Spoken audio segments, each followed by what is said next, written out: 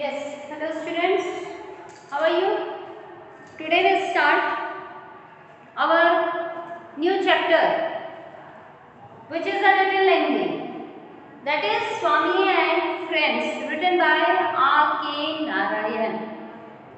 R.K. Narayan has written this novel, and this is of 9 chapters here only. These chapters have been adapted from his novel Swami and Friends. Only first 9 chapters have been given here. Why? Due to the constant of space, means limit of space.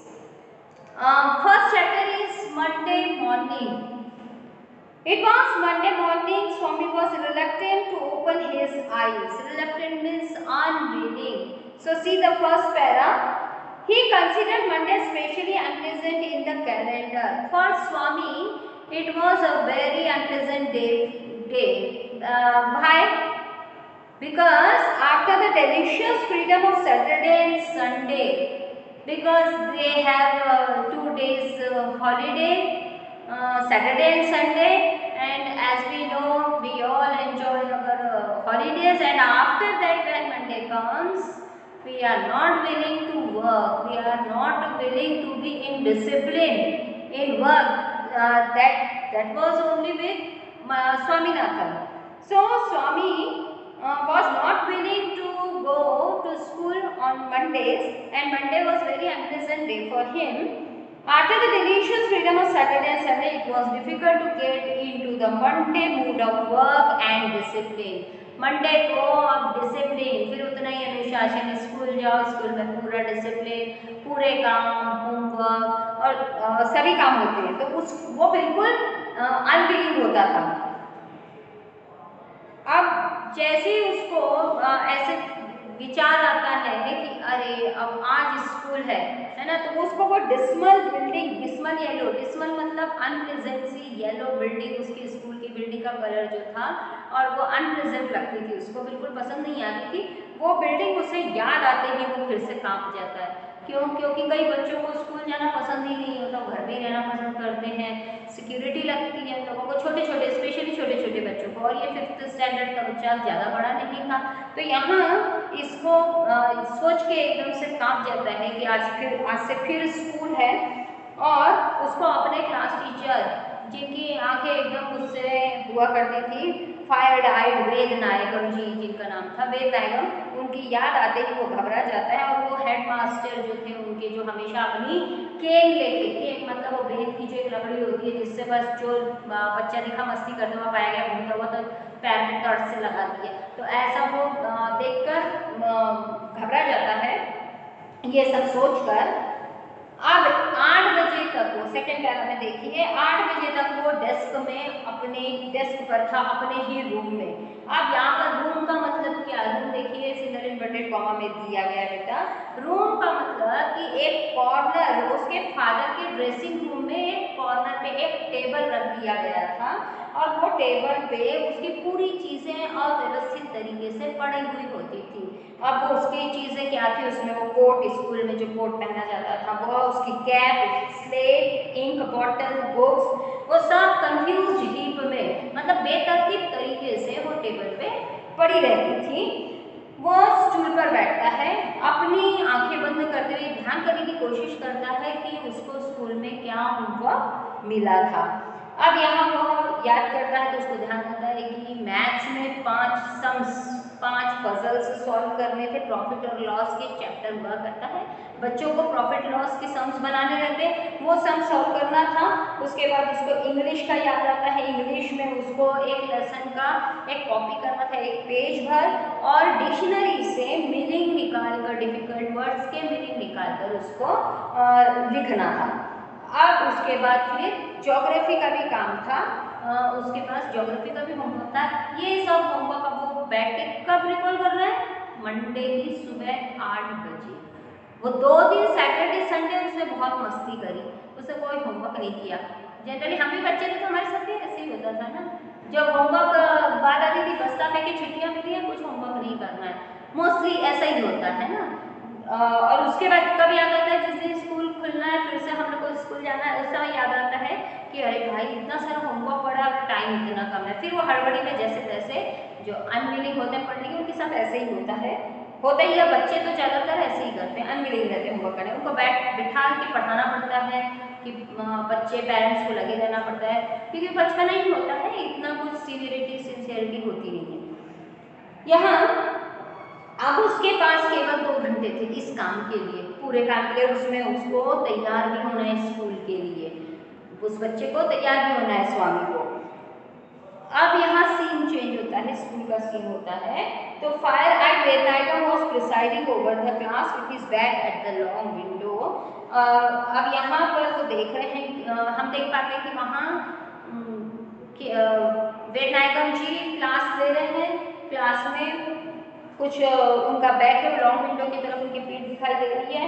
वो जो बार होती है, बार यानी ये जो छड़ें होती है खिड़की की, वहाँ से एक वरांडा, उनकी क्लास में एक कॉर्नर से वरांडा दिखाई देता है। वरांडा जो कहाँ की ओर होता है, इन्फेंट स्टैंडर्ड्स। इन्फेंट स्टैंडर्ड्स मतलब प्ले ग्रुप। अब ये 5th क्लास में थे, बच्चों का प्ले ग्रुप भी था, तो प्ले ग्रुप की ओर वो उनका वरांडा दिखाई देता है खिड़की से। बड़ी बड़ी खिड़कियां थी लेफ्ट साइड में भी, राइट साइड में तो वो वरांडा था, लेफ्ट साइड में भी खिड़कियां थी, जहां से बड़े बड़े घास के मैदान दिखाई देते हैं। और वहीं पर ही थोड़ी दूरी पे रेल का किनारा, एम्बैंकमेंट, जैसे वो रेल की वो लगी हुई होती हैं बाउंड्री, वो दिखाई दे रही है, जहाँ से रेलगाड़ियाँ आना जाना करती है। इस टाइप का वो स्वामीनाथन का स्कूल का दृश्य है।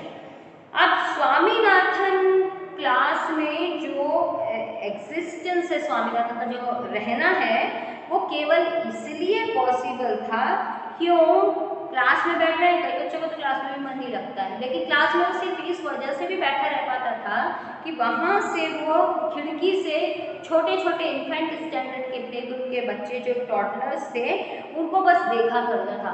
पढ़ाई में उसका मन नहीं था बिल्कुल। अब वो वहाँ से वो टॉडलर्स को देखा करता कि वो वहाँ से आ रहे हैं, एक के ऊपर एक गिरते पड़ते। बच्चों का ऐसे ही, बहुत छोटे छोटे बच्चे जो रहते हैं, बिल्कुल स्मॉल किड्स जो होते हैं नर्सरी के प्ले ग्रुप के, वो ऐसे ही होते हैं।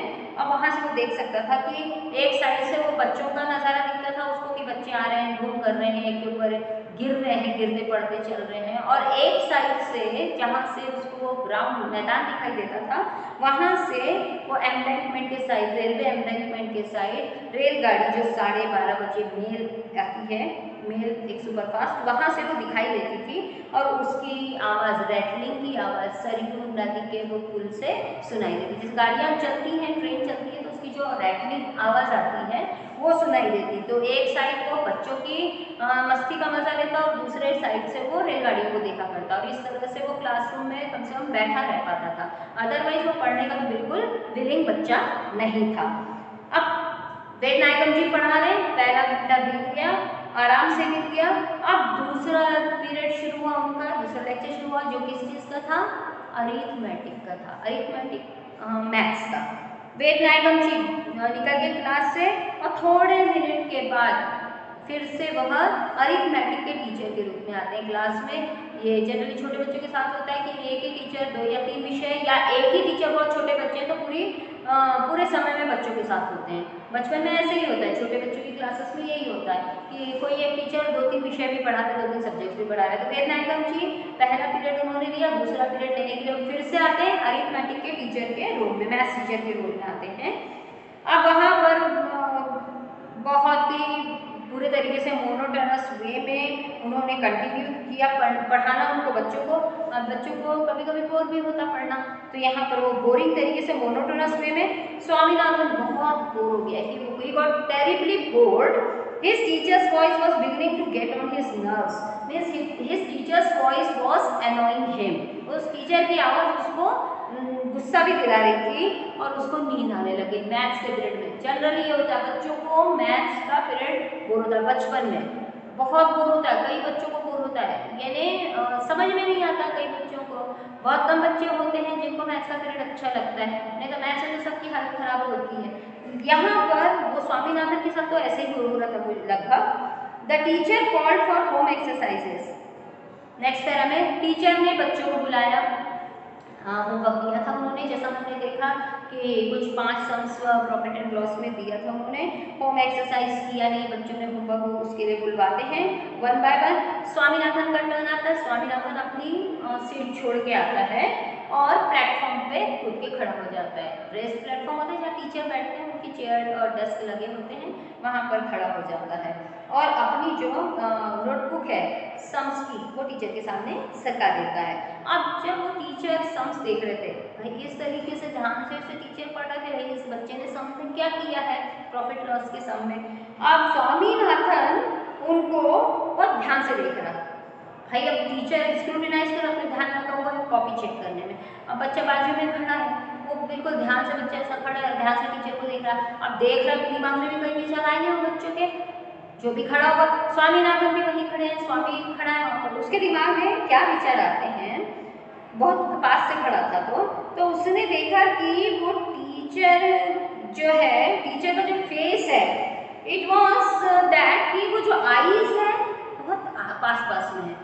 अब बच्चा खड़ा है, उसका ध्यान पूरे टीचर के फेस पे, तो वो ध्यान से देख रहा है ये सर की ना आंखें पास में है, पूरा स्क्रूटिनाइज कर रहा है टीचर के चेहरे को, ध्यान से देख रहा है। That there was more hair on his चिन।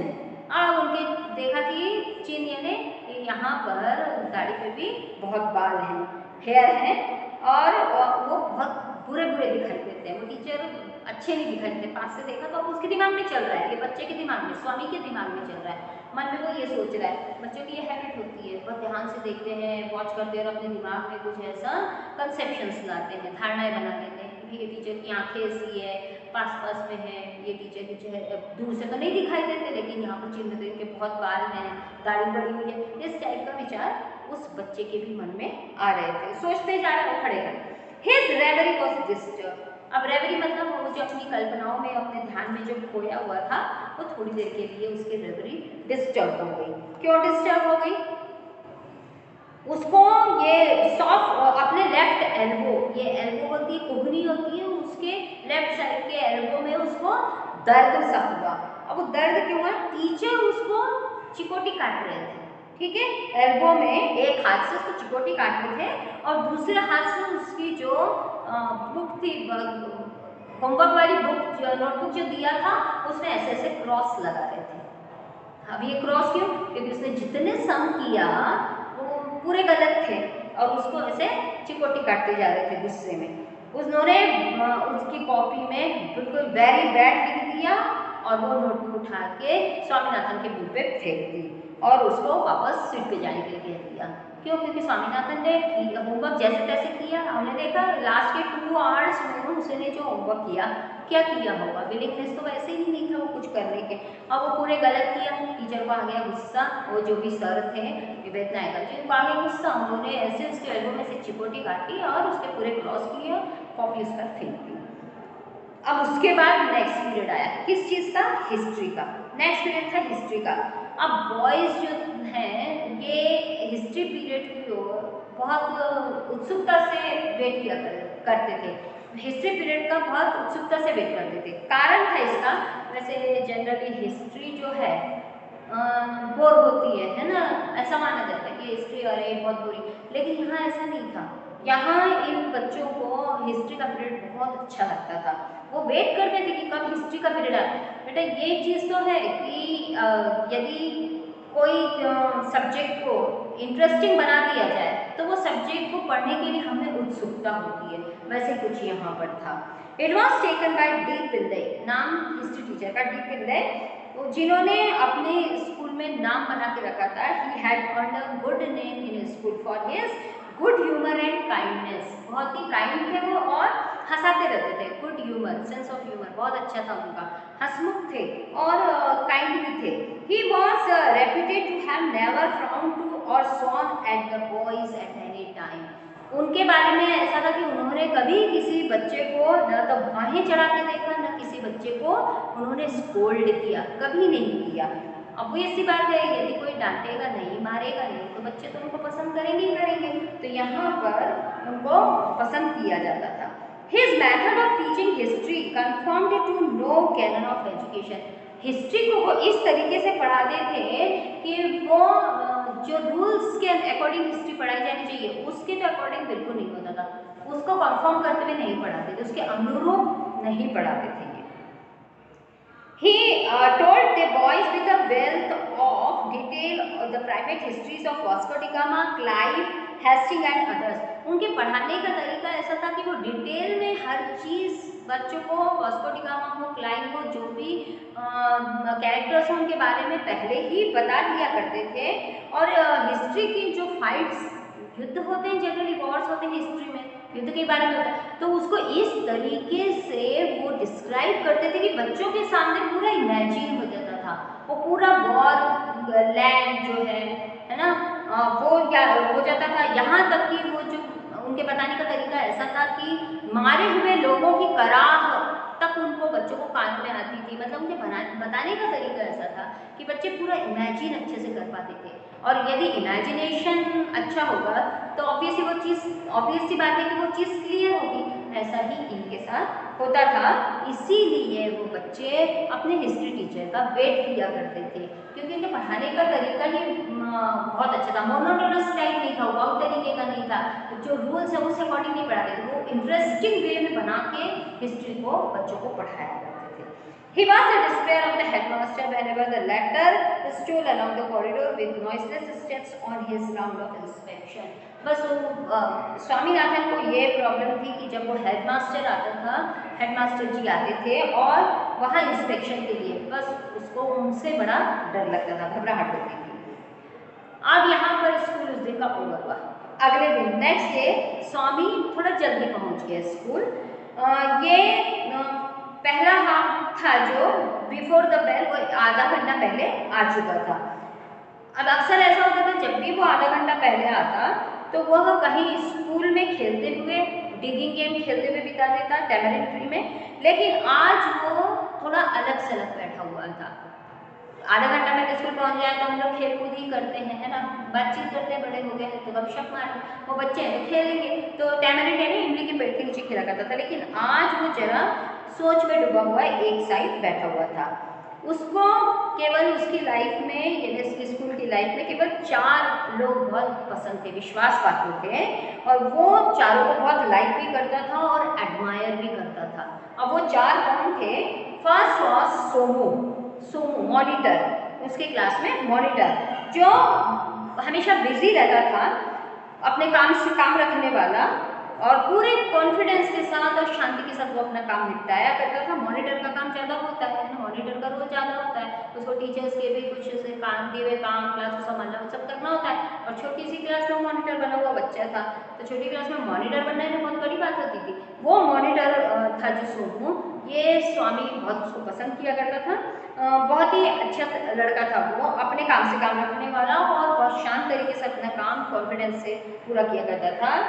वो चमी के नाम से जाना जाता। चमी मतलब फ्रेंडली था वो, टीचर्स के साथ भी, हर किसी के साथ तो था ही, टीचर्स के साथ भी फ्रेंडली था। कोई टीचर उससे क्लास में कोई क्वेश्चन नहीं करता था, वो इतना अच्छा बच्चा था। उसके बाद आता मनी, जो दूसरा व्यक्ति था इसकी लाइफ में, इसकी स्कूल लाइफ में, जिसको ये एडमायर करता था और पसंद भी करता था। Money, mighty, good for nothing, मतलब किसी काम का नहीं लेकिन ताकतवर, बड़ा, इन सब बच्चों में सबसे बड़ा था, इसीलिए उसको mighty, good for nothing, good for nothing मतलब यूजलेस, कुछ काम का नहीं। बस उसका काम क्या था, वो सब बच्चों से ऊंचा पूरा था, सब बच्चों में वो हाइट का था और हेल्दी भी था। कभी कभार ही वो क्लास में बुक लाया करता था पढ़ने के लिए, यहाँ तक कि वो होमवर्क भी नहीं करता था, और टीचर उसको कुछ बोलते भी नहीं थे।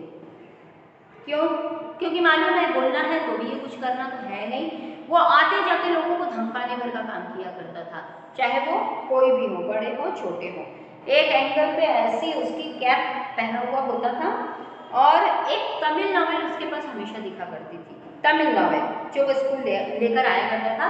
प्यून भी बोलते हैं जब से वो देख रहा तब से इसके पास ना कोई बुक है, ना होमवर्क करता है, और एक तमिल नॉवेल उसके पास दिखा करती थी। वो बहुत एक ही क्लास में बहुत साल से रुका हुआ था, मतलब पास ही नहीं हो पाता था, इसीलिए वो शायद इन सब में ऊंचा बड़ा हो। उसके बाद आता है नंबर शंकर का। Shankar most brilliant boy of the class. ठीक है, पहला सोमू मॉनिटर, दूसरा Mani mighty good for nothing, तीसरा Shankar most brilliant boy of the class. वो मोस्ट ब्रिलियंट बॉय था, मॉनिटर नहीं था, लेकिन मॉनिटर सोमू था। He solved any problem that was given to him in 5 minutes। 5 minute आप कोई भी सम दे दो वो सॉल्व कर देता था, और हमेशा 90% तक वो लेकर आता था। 90% उस जमाने के बहुत होते थे बेटा, ठीक है, यानी ब्रिलियंट बॉयज में आते हैं ऐसे लोग। और यहाँ बच्चों का ये मानना था कि वो इतना होशियार था, बच्चों में रहता ना भाई वो तो इतना होशियार है कि यदि टीचर से क्वेश्चन करने बैठ गया क्रॉस क्वेश्चनिंग तो टीचर जवाब नहीं दे पाएगी, इतना होशियार है। यानी बच्चों का ऐसे छोटे छोटे बच्चों में ये रहता है, बहुत ही होशियार है भाई वो, भले ऐसा कुछ नहीं हो लेकिन ऐसा बच्चे मानते थे कि यदि टीचर से इसने क्रॉस क्वेश्चनिंग किया तो टीचर जवाब नहीं दे पाएंगे और टीचर कहीं के नहीं रहेंगे, ऐसा उसके बारे में बच्चों के बीच में फैली हुई थी बातें। वो ये भी था कि वो पूरी खुली क्लास में टीचर्स के साथ इंग्लिश में बात कर सकता था। He could speak with the teachers in English in open class. उसको पूरे नदी पहाड़ रिवर माउंटेन्स कंट्रीज वर्ल्ड के जितने भी सबको सब बाई हार्ट थे, रटे हुए थे। हिस्ट्री उसको नींद से भी उठा के पूछो तो वो रिपीट कर सकता था। He could repeat the history in his sleep. Grammar was child's play to him, बच्चों का खेल था, उसके बाएं हाथ का खेल था, ग्रामर तो बाएं हाथ का खेल था। His face was radiant with intelligence। उसका चेहरा, एक इंटेलिजेंट बच्चा था तो चेहरे पे अलग चमक होती है, वैसे ही वो बच्चा था। हालांकि उसकी नाक थोड़ी सी डम मतलब सौगी सी होती थी। एंड जब भी वो क्लास में आता तो क्लास में वो अपने बालों का एक ऐसा चुटिया जैसी चोटी जैसी बना के आता था जिसमें फ्लावर्स लगे होते थे वो बच्चे के, ठीक है, शंकर के। मनी स्वामी उसको एक मार्वलस बॉय के रूप में देखता था, किसको, शंकर को, क्योंकि वो था भी इतना होशियार। स्वामी को इस बात की बड़ी खुशी होती थी कि मनी जिससे लोग बात करने में हिचकिचाते, money mighty good for nothing, उसके साथ ही आंख में आंख डाल के उससे बात कर सकता है। नहीं तो मनी तो हर किसी को धमकाता ही रहता था। यहाँ पर वो उसको बहुत खुशी होती थी कि वो मनी के साथ बात कर सकता है, अच्छे से बात कर सकता है, फ्रेंडली वे में बात कर सकता है। फोर्थ फ्रेंड था सैमुअल, ठीक है, सैमुअल जिसको पी के नाम से बोला जाता था। पी मतलब मटर फल्ली, जो बहुत छोटी होती है ना मटर फल्ली, पी क्यों, क्योंकि वो ठिगना सा था, नाटे कद का था। कुछ उसमें खास बात नहीं थी, कुछ आउटस्टैंडिंग नहीं था, और तीनों लड़कों की तरह शंकर सोमू मनी की तरह इसको कुछ नहीं था ऐसा कुछ खास। He was just ordinary, no outstanding virtue और ऑफ मसल और इंटेलेक्ट। मतलब उसमें शारीरिक तौर पे भी वो कोई माइटी नहीं था और बौद्धिक तौर पर इंटेलेक्चुअल वे में भी वो कोई बहुत ब्रिलियंट बच्चा नहीं था। तो यहाँ पर वह